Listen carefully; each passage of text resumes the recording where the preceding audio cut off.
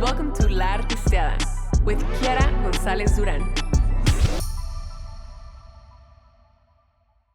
Hi everyone, welcome to another episode of La Artisteada, but this is not just another episode. So today we are celebrating Pride Month with a very special episode. So you can see it at your house, but we have a live audience. Can we hear it? Yay! So today we are here with three icons that I personally admire from a long time ago. So we're going to talk about filmmaking through the LGBTQIA plus lens. And I am going to introduce you all. So first up, we have Josslyn Glenn. She's a Belizean and Chicana producer, writer, director, entertainment journalist, and film curator who has raised more than $250,000 across 30 award-winning shorts, including Trans Los Angeles, Glimmer, Her Last Day in the US, and Open to It, centering nuanced stories from historically underrepresented communities. Give it up for Josslyn. And then we have Roma Murphy. She is a writer shaping animated and short film digital storytelling for kids and young audiences at companies like Sony, DreamWorks, honed through fellowships like Hillman Grad Mentorship Lab and the Disability Belongs Summer Entertainment Lab, and many others that we will talk about in a second, but give it up for Roma. And then, last but definitely not least, we have Edwin Soto Saucedo. He is a Latino DEI policy and workforce development leader with more than 8 years building equitable pathways across the entertainment industry, and also was named a 2025 LA Latinos 40 Under 40 honoree. Woo! Welcome, Edwin! Woo! So, first up, just like a general question for the people that maybe don't know you, who might not know you, I don't know. But for the people that don't know you, what are you working on right now that you are very excited about, and what is your role in it? I'm more interested in hearing about you. You have an MBA. Graduated with our MBA 2 years ago. So, I mean, how do you, what are you applying that for in your own practice right now? I know you have something this weekend. Well, thank you so much for putting me on the spot. I love you. So I'm an immigrant from Mexico. So a lot of the work that I done for the past 20 years and how I got into DEI entertainment and film and media is I've been organizing within the immigrant rights movement. And immigrants come from all over the world, different identities, different walks of lives, different abilities, right? And so for me to be able to come into DEI space, and especially with what's been happening within the last year, and for decades really, with the immigrants, really organizing creators, entertainers, people that are informing our communities on how to adequately inform our communities, how to use arts, entertainment, media, how to use music to be able to not only tell our own stories, but to be able to put the people that have been living these experiences at the forefront of TV, film, to write our own stories, to be able to be the voices of those that have often been shut down and silenced. So right now we're doing a lot of work with content creators and how to really use social media. Social media has been like the go-to place where a lot of folks have been informing our communities on how to protect our communities, how, we see something like people go to social media to be able to warn our communities. So working with content creators in this space from diverse groups, and how to educate them in best practices on how to use social media and their voices to inform our community and prepare our community and to mobilize our community has been one of my current projects that I've been doing within entertainment, film, and storytelling.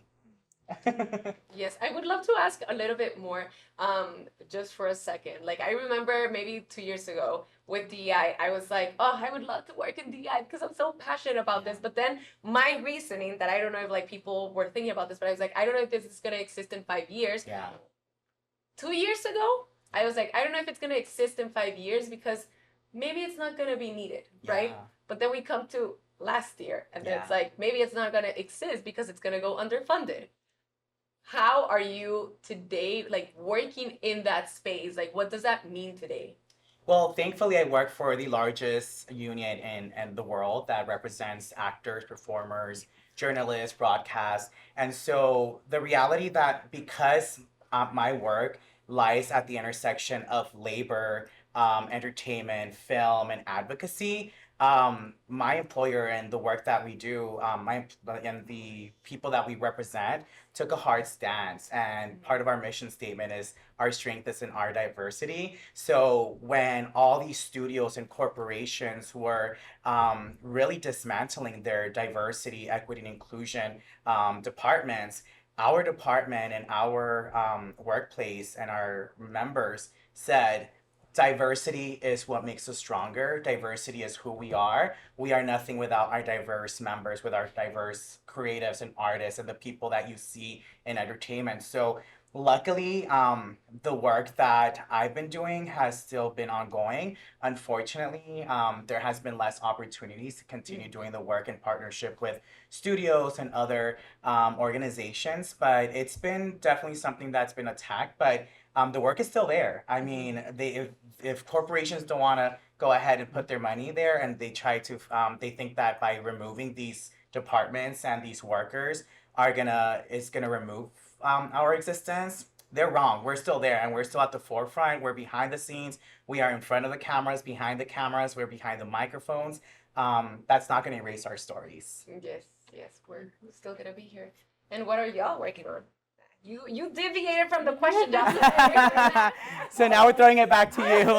Oh my goodness. Well, I'm going back to teaching. So teaching was my first love. Ever since I was 3 years old, my stuffed animals said I was a great job teaching them. So I'm planning on going back to it. When I graduated from UCLA, I started as a teacher. I had a teaching residency in Memphis, and I was going to be a math teacher. I had already been a math tutor for 10 years. I had started working when I was 11 years old, more by circumstance, by desire. I guess a lot of people in our community may be familiar with. And so I had always had that path. And I think when I took the train back from Memphis to LA crying about, why I threw away this opportunity, it would have led to a credential and a master's. I really, over time, have considered how I took that position as a means of survival, and that was my trauma response. And so here I am, and I've been freelance. I've produced a number of projects that are all very community oriented, and teaching is at the heart of it. I think a few years ago, I had a personal assistant that I brought on because I had so many losses one year in 2023, and I brought on a personal assistant, and I had been teaching them so much. I was teaching them about budgets. I was teaching them about how to network. Nobody taught me how to network, being first generation. So I had been teaching them all these things, and I was giving them this advice about channeling the energy of a mediocre white man. I realized I was not doing this myself. I was filling someone else's cup, and I think I had been raised to be in the role of a provider of nurturing. I grew up in a matriarchy, so we grew up with very strong verbal, vocal women, and it's not uncommon for a Mexican family to do that. So coming back to teaching has always been a choice. I think I'm in a good position being freelance that I can do that. So and instead of doing math, which would have been the easier choice, I'm doing English with ethnic studies and a bilingual authorization. So I can incorporate the journalism element, the media critical skills, the watching movies even and TV shows and being critical of how we're assessing our intake and consumption of media. So that's what I'm doing. I'm also, I just completed my second book. So I'm happy about that. And I think with that, I'd like to hear about Roma, because you were talking about your pilot that you're writing. Oh yeah, so got a couple of projects in the fire right now. I finished up at Sony in February, and then since then I've been kind of in the like pitching and freelancing world.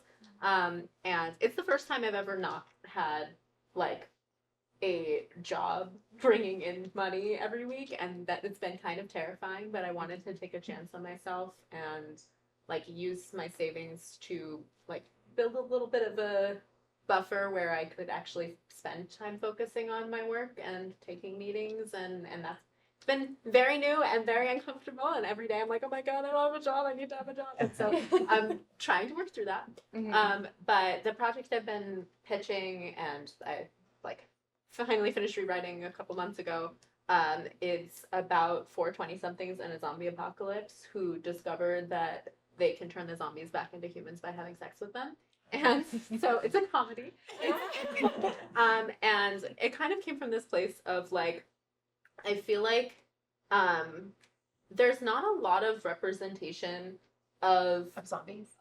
yeah, not enough zombies, but not enough like people being like unapologetically horny who are like queer women specifically. Like I feel like, you know, obviously there's like the L word and like OG, and but I feel like specifically I wanted to focus on disability because a lot of the time the intersection of like disability and queerness and being a woman, like you aren't allowed to have any sexual like expression at all. Like you were supposed to just be like a wise and like nurturing boy. Like I was really relating to what you're saying. Character. Yes, it's supporting character. Like you say the right thing to the protagonist, and the protagonist goes and has sex. And so I wanted to have like a protagonist who was like unabashedly like seeking sex, and like I wanted to show that and have an entire show built around like her need to actually have sex in order to save the world.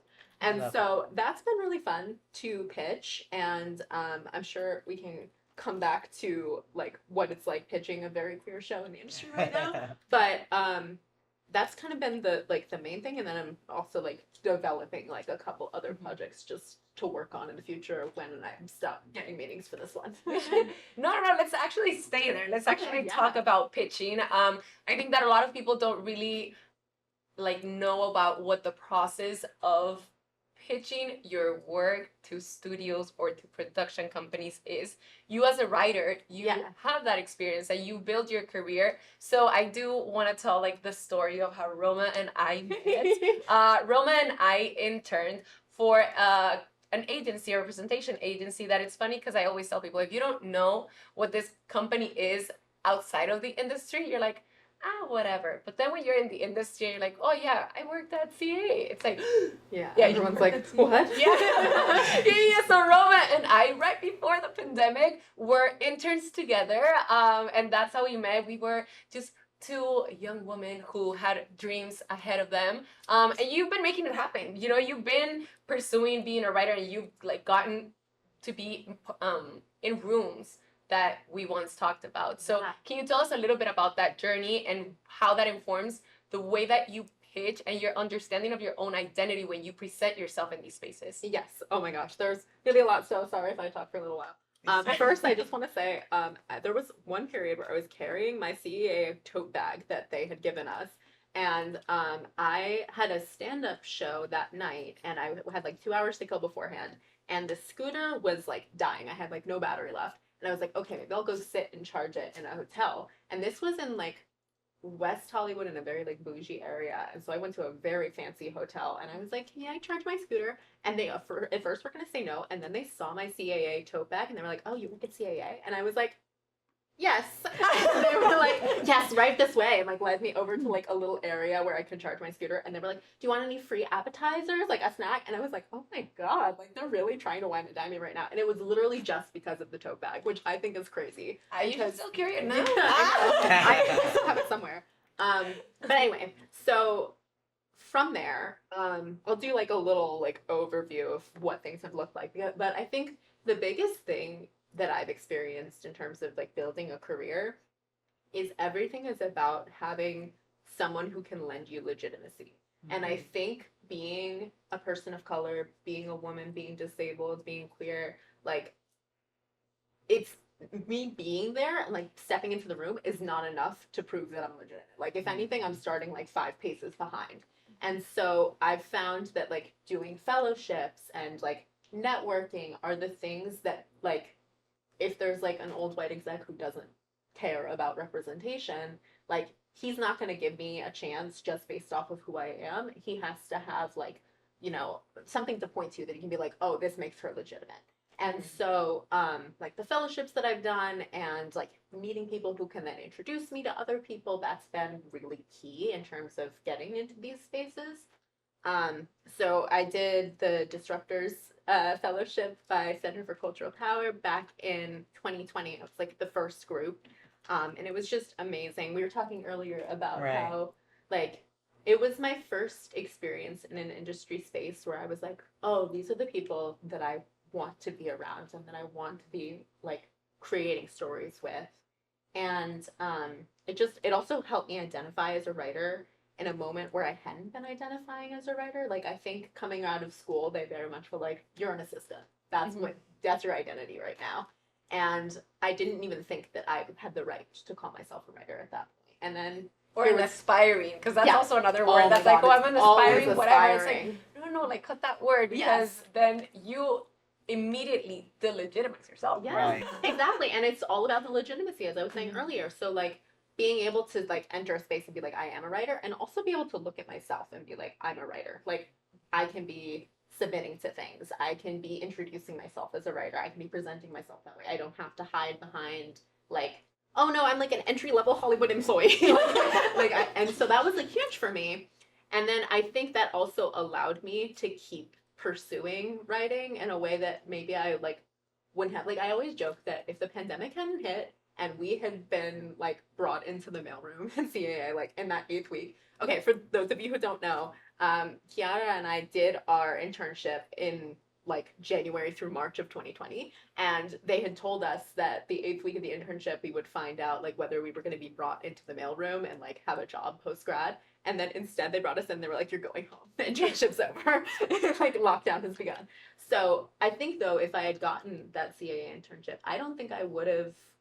Or sorry, that's the job, and I don't think I would have seen myself as a writer. I don't think I would have like committed as hard to writing as I had in those first few weeks, months, years after graduation. Mhm. And I think there's like a really strong chance that I would be an agent right now and I would not like I'd be a writer.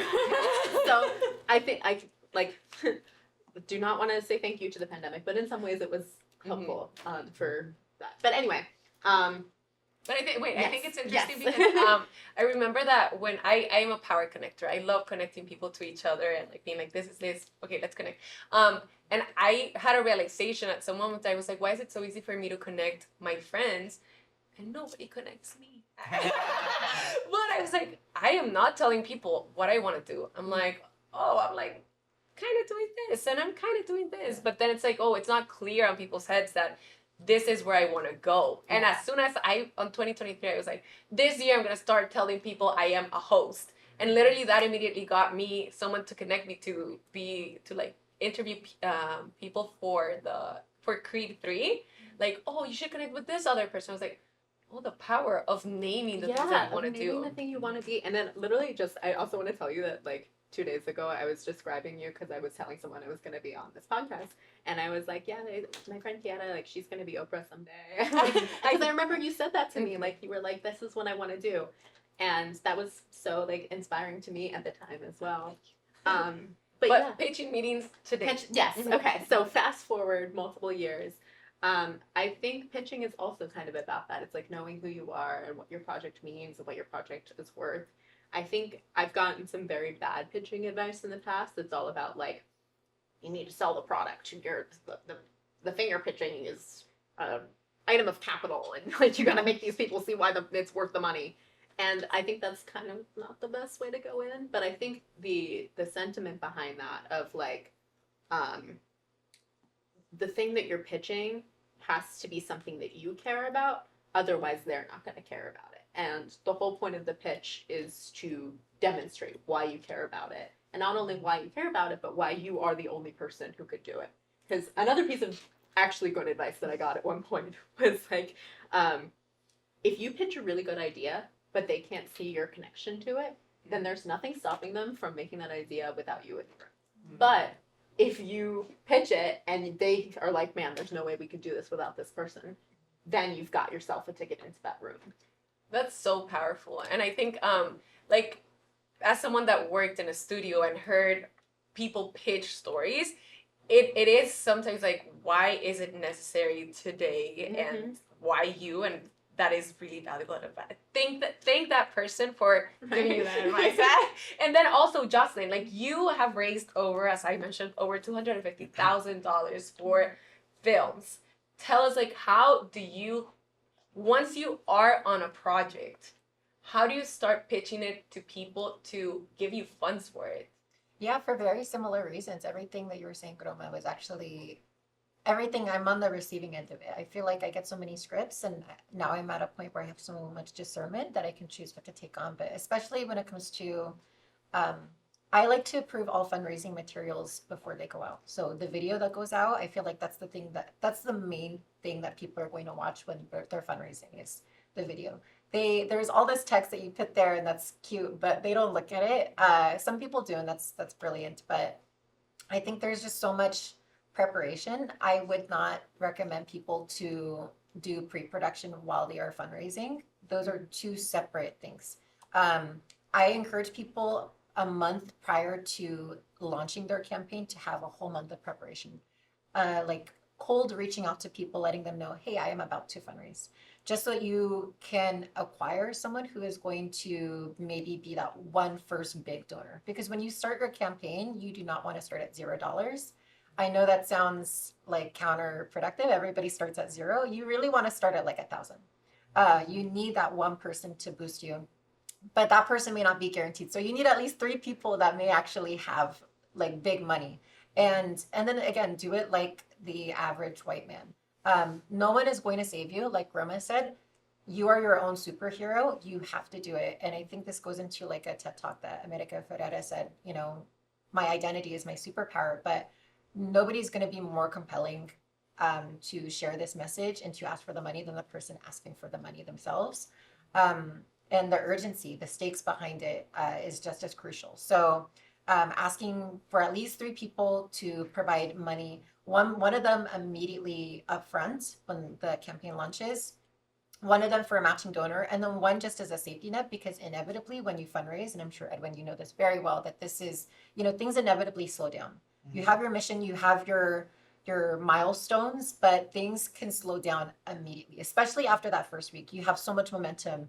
You've planned so well in that 1 month of preparation. You're also in that month of preparation doing all these graphics, because if you're making all the graphics and posts during the month of campaign, you're losing time. You need that whole month of campaigning is it's a part-time job. You're reaching out to people every day. Like Meta, Instagram, and Facebook, they allow you to reach out to 40 people a day, or else they think that you are a bot. And I know I look like a bot on the dating apps, but I am not a bot. That's what all the guys say. But you do need to reach out to a lot of people, and not more than just DMing them, emailing, calling people. And in that month of preparation, like trying to set up like a fundraising event in person, because they need to see the person asking for the money in person, because most of the work is remote. But I know that you had a question. Yes. I was about to ask, where are you finding these people, right? Because I think that something that, you know, in like our experience here, it's like, how do we invite people? We tend to invite the same people. Right. So when it comes to fundraising, do you typically ask the same people for money, or how are you finding new people that want to invest in a project like yours? Are you reaching out to organizations? How are you finding the money? Right, that's a good question. And it's so funny because we had very deep conversations prior to coming on camera, and it's about mobilization and organizing. It's the same thing for fundraising. Fundraising is a part of organizing and mobilization too. So, and that is pre-existed social media, as Edwin said prior to the cameras. I have to cite my sources. And because of that, I think it is important to do things by traditional models. So if you're doing an in-person fundraiser, for instance, sharing profit with like a bar or a restaurant that you're doing it with, so that you are giving back to the same communities that have supported you. And additionally, there, you know, like having like a Artisteada in your backyard or somebody's backyard, and then Also going into certain church groups, like you never know. There's like for one of my campaigns, there was a senior center that decided to help us out in the smallest way. So they had like a little donation like bucket for us. And so you're reaching out to the people that and it has to feel organic, like I feel like if you are, I don't know, like cannibalizing off of other people who are already vulnerable to the state, then it's probably not the best idea. But if you're already supporting these groups, I think it's great to reach into those pockets and be grateful while you're doing it, because they certainly do not have to. And then going outside your way, like for me, I think presently, as the time of this being recorded, I have 2,500 followers on Instagram, but I have 1,700 friends on Facebook, and there's not a lot of overlap. So for me, I'm like, okay, that is like near 5,000 people. That is like 4,700 people, I think. So there's like 4,700 people I can reach out to. You know what I mean? Like, and if I can reach out to 40 people a day, that's great. I also would like to hope I'm not the only one doing it. So it's reaching out to my network as well as reaching out to, if there's another producer, their network, so that there's some overlap, but really it's not super significant. So, and then doing it like a mediocre white guy, because a mediocre white guy would have no problem sliding into everybody's DMs, we asking for feed pics or whatever. but they always do, and it's really shameful, especially as first generation people. We don't ask people for money. We don't know how to. We're not trained to. It's seen as shameful. Yeah. But it certainly does not have to, because you have a mission. There are stakes, and you just have to present it and pitch it in a way that they understand, because white people always get the money. There's a reason why on Kickstarter, for instance, I believe it was their vice president who is a black man, and he came into the company and he was looking at the data, and I'm so glad that he did, because he saw that there were some inequities, and and I'm sure this is not too different from your job at SAG and DEI, where you look at the data, a lot of numbers, and you think, okay, well, something's not right here. So he said all of these white filmmakers, they're always, like there's a higher margin of them getting their what they're fundraising for. And then for people of color, filmmakers who are people of color, it's lower. So he decided to, and it's just a small change. If you identify as a person of color, you get $1,000 off the bat. It was their forward fund.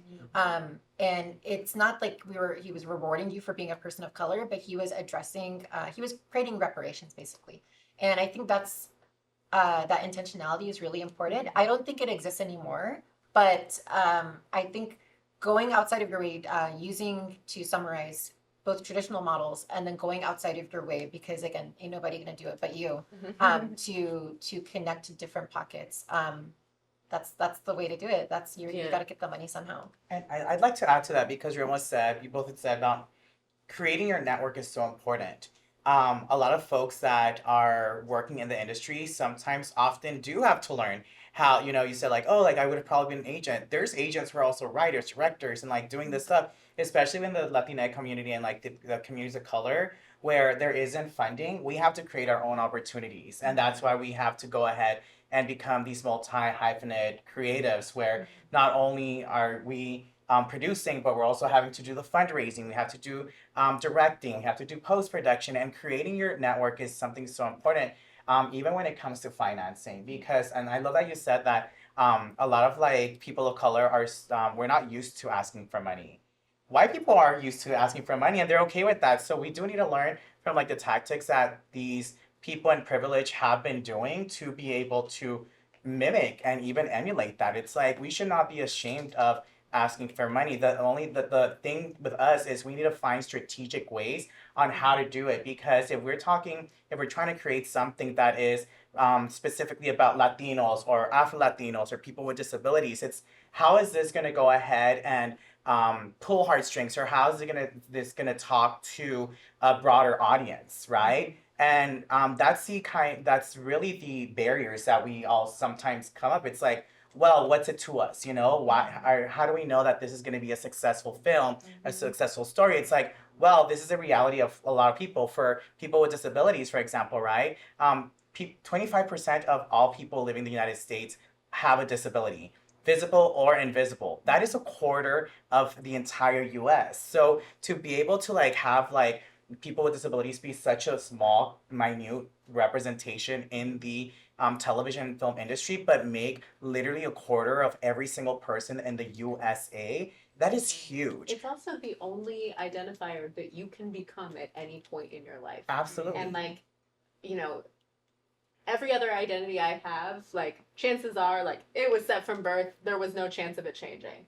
Whereas this, like, also was set from birth and has not changed. But for other people, like, it's possible. Like, you could be disabled tomorrow and God forbid that you get hit by a car, but, you know, it could happen. And I think a lot of people, like, are afraid of disability because of it. It represents, like, you know, a worse version of life, or it represents, you know, like a tragedy. And so a lot of the time when I'm in these rooms and I'm pitching disability stories, like, people want it to be sad. They want it to be a drama. Mm. And if I make a joke, they're like, oh, wow, look, you cope with the sadness so well. And it's like, no, it's actually just funny. And I love that you were talking about your project too, that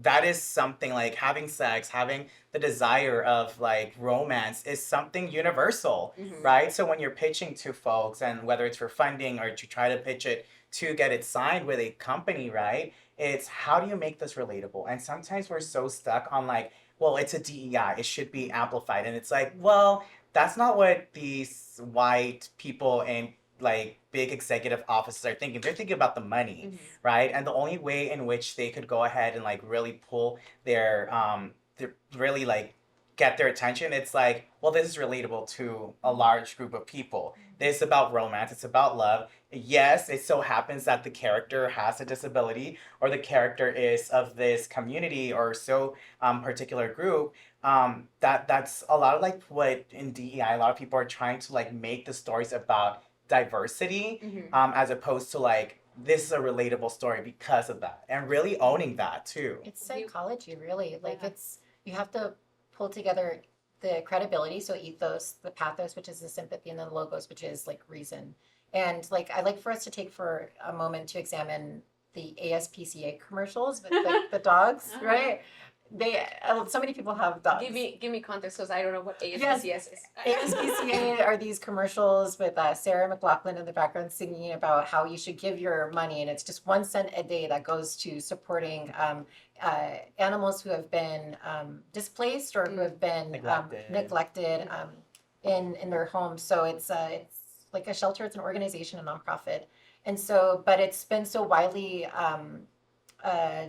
disseminated on commercials, and you know they have social media of course now, that so many people know it. Some people you know have memeified it, you know, but ultimately it's effective because a lot of people have pets. When you see a sad face of a dog, you know, or some crying dog or a three-legged dog, it's it really pulls your heartstrings. But it's for the same reason that we when we're pitching and asking people for money, sometimes you have to use the card, whether it's the disability card or the race card or the ethnicity card. Like I was fundraising for a project recently, I'm not going to say which one.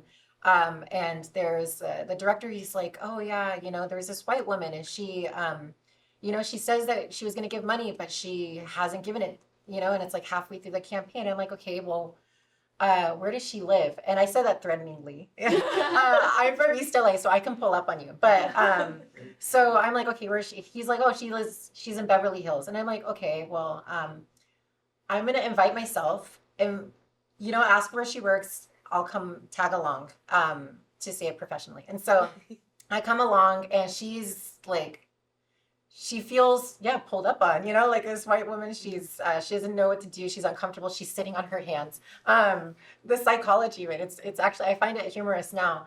And I'm just hearing her say all of these excuses, like, oh, you know, I really love your project. I really have been wanting to contribute X, Y, and Z. And then I stop her and I'm like, oh, that's right. And I call it out. I'm like, oh, those are really great excuses when you have this money. Your husband made this movie. And normally I think that I'm a traviesa. I'm the youngest of 7. I would get in trouble just opening my mouth as a kid. And so I feel like I hear that version of my oldest sister or my mom saying, you should not say that. And for me, I'm like, I'm just tired.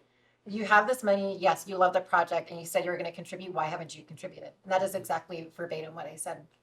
And so, and for me, I like to think, yes, is that rude? I'm coming up into this woman's place. Yes, it is rude.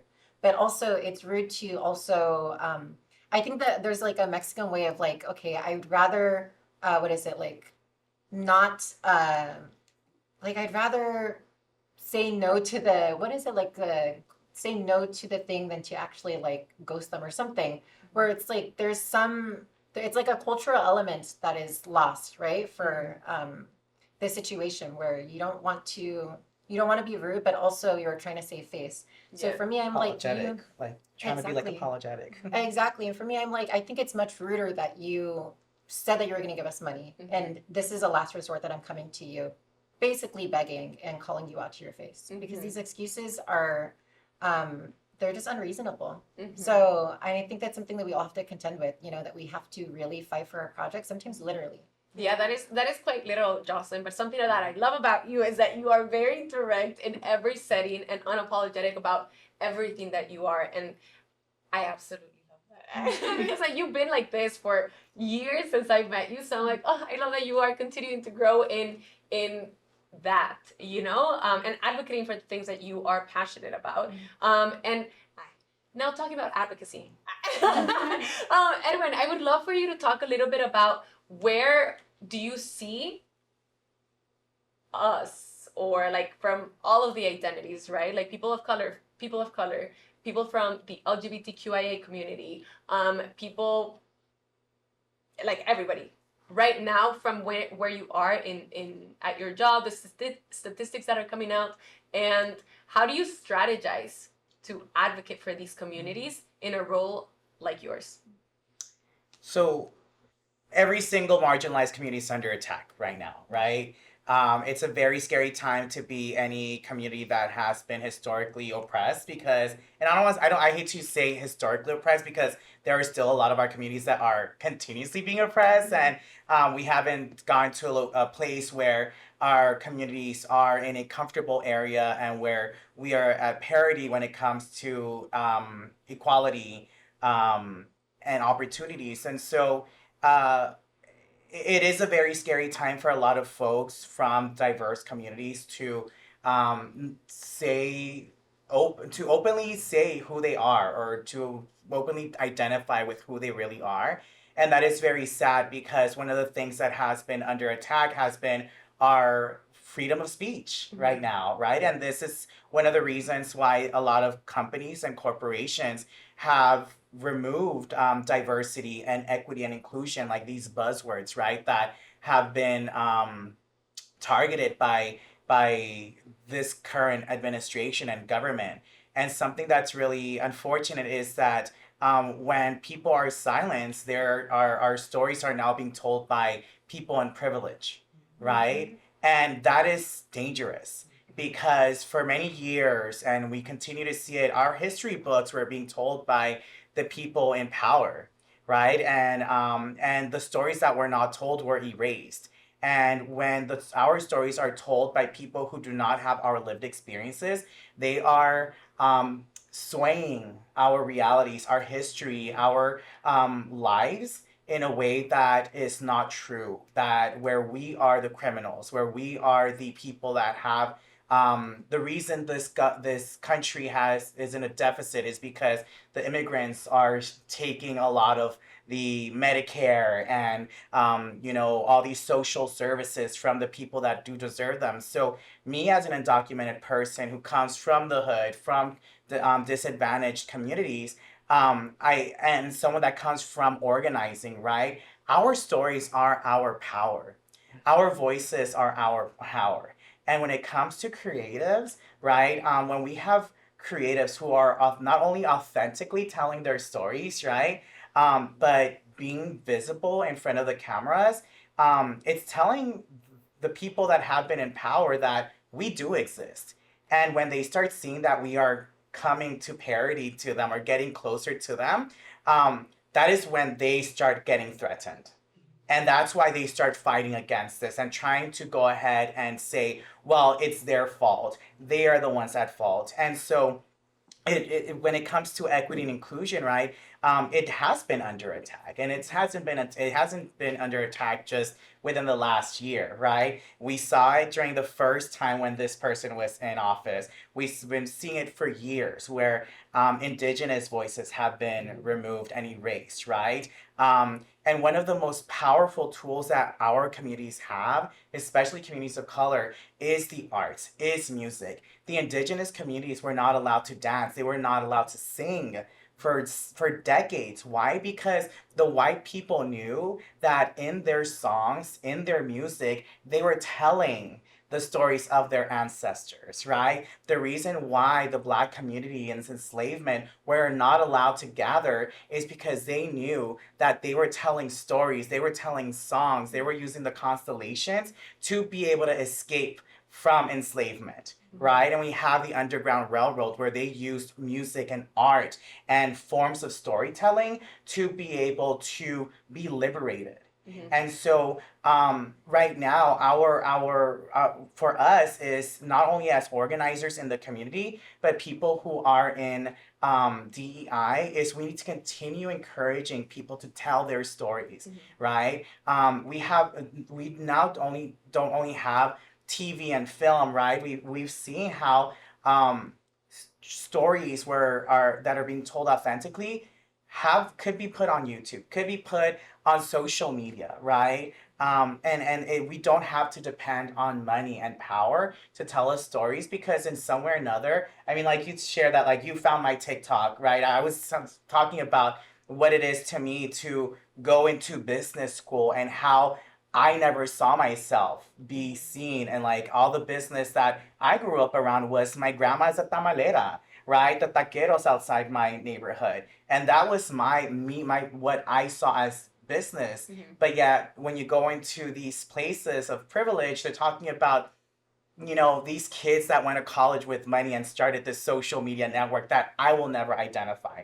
And so when you tell your story, people are going to be connected in one way or another. And our voice is like the strongest thing that we have. And we have to continue not only creating spaces, but how do we remove ourselves from the big television networks? How do we remove ourselves from these big broadcasting companies and start building something for ourselves? How do we start creating our own independent production companies? How do we go ahead and start building our own networks where we go ahead and share our stories authentically and without any shame, and that we tell the truth, right? Yeah. So by creating those spaces for us has been very crucial. It shouldn't go without saying that we are in this building, Univision, and they also had advertisements against our community. And I don't want to jeopardize any work that we're doing with La Artisteada in this building at all, by any means, but I think it is the elephant in the room that we are, it is the system. And there is some performativity that goes along with that. And I don't think it should go with that. I know we're really short on time, so back to you. Yeah.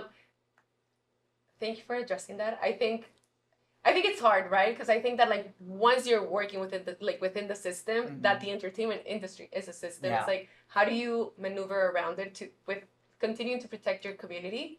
And what does protecting your community mean when you are also trying to grow something, and how can you survive within it? And I think that is a conversation that is very hard to have and very hard to address. But I do want to talk about an excellent group that I think has continued to push our stories forward and helped build women's careers is La Femme Lens, and you are a co-founder of La Femme Lens. Could you talk a little bit about that, what you all do there, and how could somebody be part of that? Yes, I'm always happy to talk about La Femme Lens, but it's not the Coffee Exchange, which for those of you who don't know, the Coffee Exchange was an entrepreneurial effort by Kiara during the pandemic to connect creatives. And I didn't know that you were connecting all these people and you were not getting the connections that you so needed to thrive. And you've done such a great job thriving in the way that you have. Well, I need to feed into that. I always credit, and I think that mentors are super important, and I always credit Carla Santiago, who was actually the founder of Coffee Exchange, and me being her intern. She was the CEO of the company where I interned. She was like, Kiara, help me. And ever since, she has been someone that has advocated for me in every single setting and professional setting that I think it's so important to always have as we continue to grow in the industry. So that was Coffee Exchange was kind of like our the mother of this journey of connecting people. But continue. La Femme Yes, Lens. it was like a pilot program, and for La Femme Lens, it is a program based on connecting women, non-binary folks, and femme-identifying people with opportunities and programming and wellness. People who are pursuing media and entertainment, I think, is really important. I think when we consider when we look at the data again, it all goes back to the data of how many women are on set, and yet there's just some unique circumstances with being a woman or somebody who it was born female, is that, you know, maybe you're entering a set, there are no menstrual products, there's no lactation room, it came out of our executive director and president, Brenda Hernandez, who wanted to make a film, and she's like, how can I really mobilize our community in a way that feels impactful, but also doesn't feel like we're culture vulturing or, you know, or anything. So she said to make a film with very, you know, micro short with very minimal means. And she did an Indiegogo and she raised 3K, but it was, you know, I think she started dreaming big. She's like, if we're a nonprofit, sponsorships, you know, could really support the whole community and not just the organization. So she made the short Buenos Modales, which stars our vice president, Jennifer Bravo. And it really was just a group effort, having an all-women team. And I think that's something that we like to think about as a possibility. And I think for me, I shepherded it in a way that was like very similar to what Roma was saying about intentionality with your team. I worked on Netflix's Disclosure. And they had a fellowship. This was in 2017 or 2018, and they had an all trans crew. And the director, Sam Feder, who has gone off to do amazing things, really was intentional with the fellows that were emerging. I know, aspiring, whatever, filmmakers, and we've all branched off and done something really brilliant. Like Nava Mao is now an Emmy-nominated actress for her supporting role as Terry in Baby Reindeer. Right. You know, my friend Lorraine, she was on season 5 of The Chi, which is on Showtime.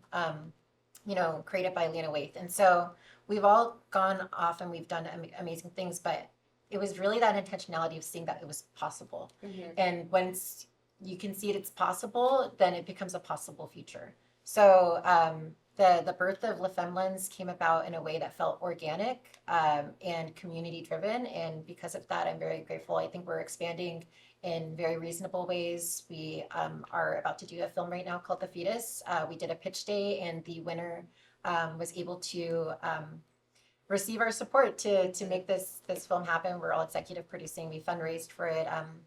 We're going to film in Palmdale at the end of this month, and then we partnered with Mirala, another organization founded by Ariana Lamus, and she we had for the Mirala Film Festival, we collaborated with them on a script competition, and we were able to reward one filmmaker, Chloe Gaudio, who we're supporting her. We got some sponsors. There's like a post-production supervision, and I think like a composition company that have come together and they're willing to support. So we're aligning with people that we feel, align with our missions, and also snipping branches with people who feel like maybe are not as supportive as they say they are. Yeah. And I love La Femme Lens. We collaborated on a dinner a couple of months ago, and I think that you all are doing amazing work. I'm like, this conversation really has passed really quickly, and I had so many other topics to talk about, so we may need to do a part 2. But I'm a very action-driven person. I think like in all of our conversations, I love people feeling like they left with something that they can do immediately after, right? And I think all of you have done the work, are doing the work, and will continue to do it after this conversation. What is one thing that you think that someone listening to this conversation, maybe in the beginning stages of their career as a producer, independent producer, as an executive, and someone on the executive side of Hollywood, of the entertainment industry, and advocacy as well. I think that a lot of people like wear the hat in different forms, Yeah. but I think that for in particular with your experience, that is your job. Yeah. And you are also an executive, right? So from that end, and then you, Roma, as a writer, as someone that has experience pitching and getting into the writers' rooms, because something that's really hard, especially right now, is to get into a writer's room as a person of color, as a person from the LGBTQIA plus community, most likely as someone with disabilities, right? So to that person, and then also someone from the LGBTQIA plus community coming into the industry, what should they expect? Oh boy. I'll jump in because I think one piece of advice that's going around right now that I actually kind of have a problem with is the kind of make it yourself model. There's this kind of prevailing narrative, mostly coming from people who are already within the system, who are saying like, it's easier than ever to make it yourself. Like, just go and make your short, go and make your film, go make a proof of concept, and then build an audience. And then once you have your audience, then we'll take you seriously. And I think that way of viewing things doesn't contend with the amount of privilege that is required to go and build an audience and make your thing yourself. And a lot of the time, when people are told that, they're then expected to invest their own money, to ask their friends to work for free, to then themselves work for free, or, and if they're not working for free, like building or working on the side of a job that they're already doing 40 hours a week, and then they're expected to simultaneously like, you know, be creative and like build the project, but then also build an audience, and they have to find that audience themselves, or they have to ask their friends to find an audience for them and do that for free. And like, I know, Kieta, you're doing this as well, so you understand what I'm talking about. And it is not easy, especially as we've talked about in this conversation already, to do the work of asking people to show up for you and asking other people to pay attention to you. Like, those are not things that our community is like taught to do. And so that's so much to put on an aspiring creative. And I think a lot of the time it's coming from someone who isn't going to take them seriously anyway. And a lot of the time, you know, I love the idea of our community building our own system and building our own studios. But at the end of the day, people have to eat. And I think that a lot of the time, this idea of like building your own network or going indie is presented as an alternative to accepting people in the system that already exists. And I think a lot of the time, the white people in power who are saying, go make it yourself, go do your own thing, are using that as an excuse to not listen to you. So my advice is, if you have the means to make it yourself, please do. But otherwise, focus on your friendships, focus on your community, focus on talking to the people around you, and do kind of what we did with Coffee Exchange. Make sure that you're connecting with other people, because you never know. I mean, I'm here 6 years later, and I think like every job I've had has been because someone vouched for me. Mm-hmm. And so the best thing you can do to break in is to give people a reason to vouch for you. And I think that reason doesn't necessarily have to be talent or money or like a fully formed proof of concept. That reason can be that you are someone that they love to be around and that they love to work with. And so I always say like being kind and making friends is the best way to break in.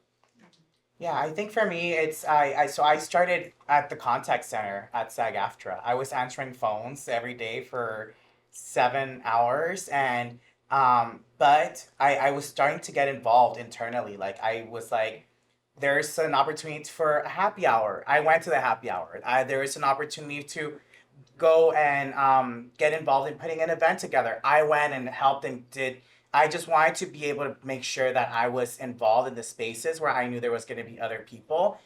For folks who are going to school and trying to break in the industry, you have to go to the networking spaces. Like, you have to meet with other people. I always tell even like our members that are at SAG-AFTRA, it's like, go to the events where you have other colleagues that are going to be in attendance, because they might be able to tell you, how do you book jobs? Oh, I've been booking jobs every single week, blah, blah, blah. They might be able to share something with you that you probably haven't been doing, and it's going to work for you. right? So learning from other people and being willing to get to do more work, to be able to be visible, to connect with other people is so important. The way that I started in the industry was I was a poli-sci major when I went to college, and I hated my poli-sci class, and one of my elective classes was music business, and I fell in love with music business. I fell in love with like the back, like, behind the scenes work that happens in the entertainment. And I remember that there was one of my classmates who owned her own recording studio. And at the time, there was no DACA, but I was fully undocumented. And I asked her, I was like, do you have any internships? Like, I wasn't even asking for like a paid internship. I just wanted to learn. I wanted to be able to know something that I didn't know. And she's like, you know what? I never thought about internships, but let's do it. Let's try it together. And so I became like her assistant. I was like learning the ins and out about managing a recording studio. And that really what bolstered my love and passion for entertainment and really the management part of the arts industry. And so sometimes we have to lose like our shame. I know for people of color, we're asked like, tienes que tener vergüenza. You have to have some shame. You have to be like quiet. Sometimes it's really us being out here all over the place.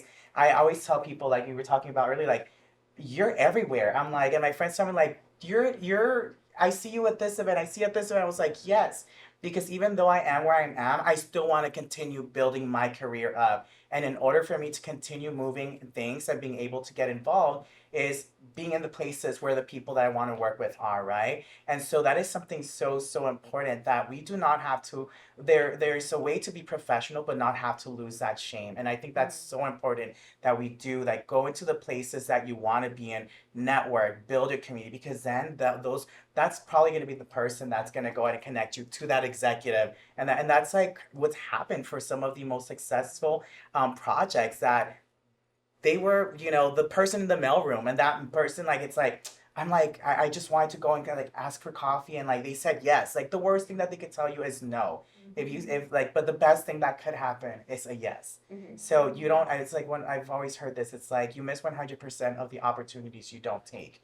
And that is something that we have to do unashamed, like being with like unapologetically.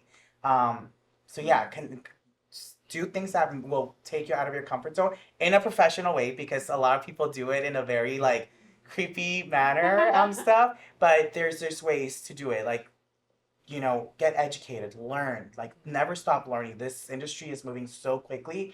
You have to learn with the industry as it's moving. And to stop making excuses for your own growth. I think there's this is what I would tell my personal assistants when I had them, which is that I would be met with, again, whether it's the white woman in Beverly Hills or even ourselves, we're all victims of our own,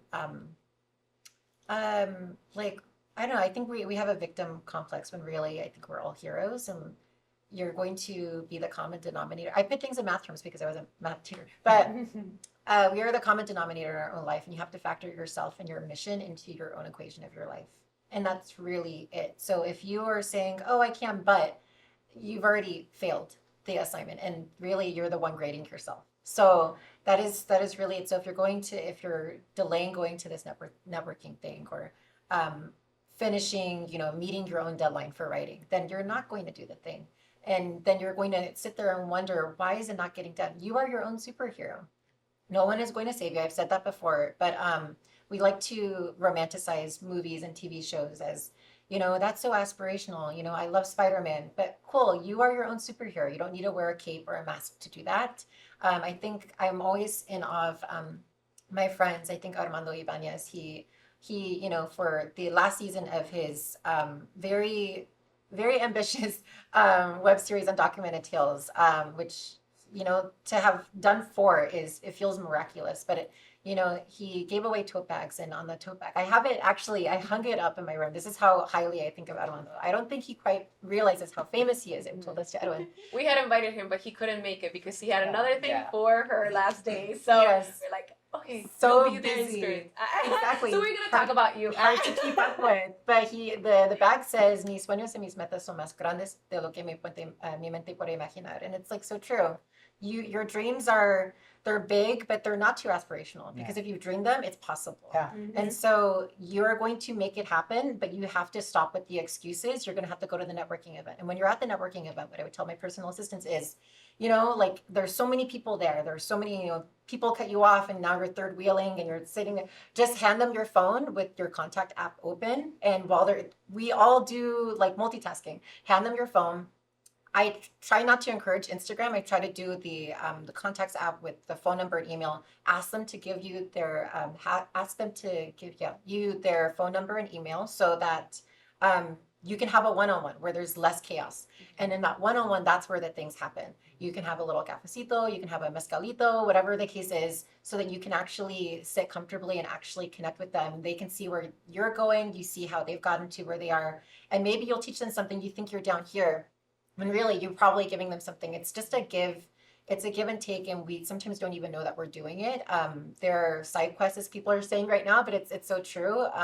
Nobody is above us. That's just what I was telling Edwin before that, we were in front of the cameras. But when you're at these networking events, yes, I want to climb my own career too, but I'm also deeply invested in the people coming behind me, because I don't want to be the only one on a panel like this. And Yeah. And I'm glad that you said that, because I want to say something too, that when you do get into positions of power, whether you're in an executive position, you're the director, the writer, the filmmaker, don't forget the people that surrounded you. Mm-hmm. Do not forget, because a lot of people that had to struggle to get to where they're at, they forget about their community members, and they continue to repeat that status quo in film, and especially in film industry, where they perpetuate this hierarchy of just keeping the sets, like everything's so wide, non-diverse. And so I'm so grateful for people like Armando, that their set is predominantly women, LGBTQIA folks, immigrant folks, right? We have to remember where we come from and try to bring these people, your community, with us. If we're not doing that, we are repeating and just maintaining that status quo. We're not disrupting anything, we're maintaining it, and we want to bring our community with us. Yeah. I Can I add one more thing? Sorry. One thing you reminded me of also is it's not your job to say no to yourself. There are hundreds of thousands of people out there who are going to say no to you, so you don't say no to you first.